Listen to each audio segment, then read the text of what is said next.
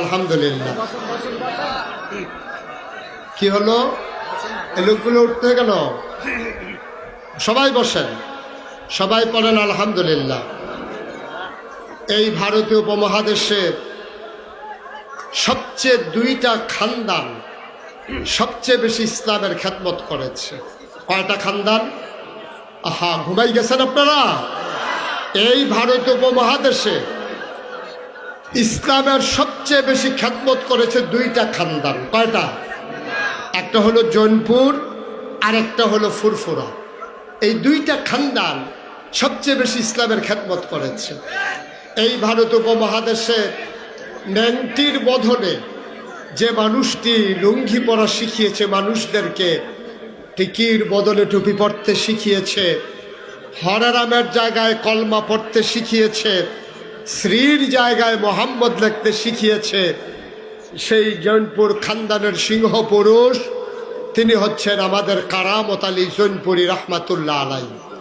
সেই মানুষটিরই অধস্থন এক সিংহ পুরুষ, যিনি আজকে বাংলা ভাষাভাষী মানুষের জন্যে আল্লাহর পক্ষ থেকে দিন প্রচার প্রসারে এক বিশাল বড় নেয়ামত।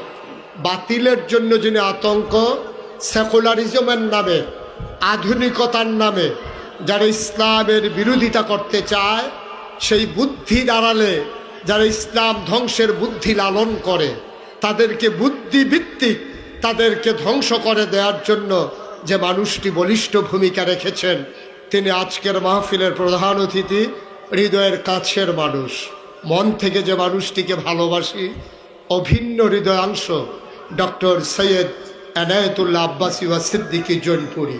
আল্লাহ যেন হুজুরকে কবুল করে, সবাই পড়ে আমিন।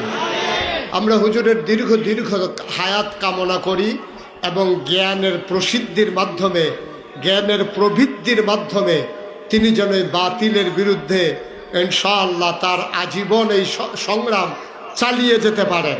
আল্লাহ যেন কবুল করে, সবাই পড়ে আমিন।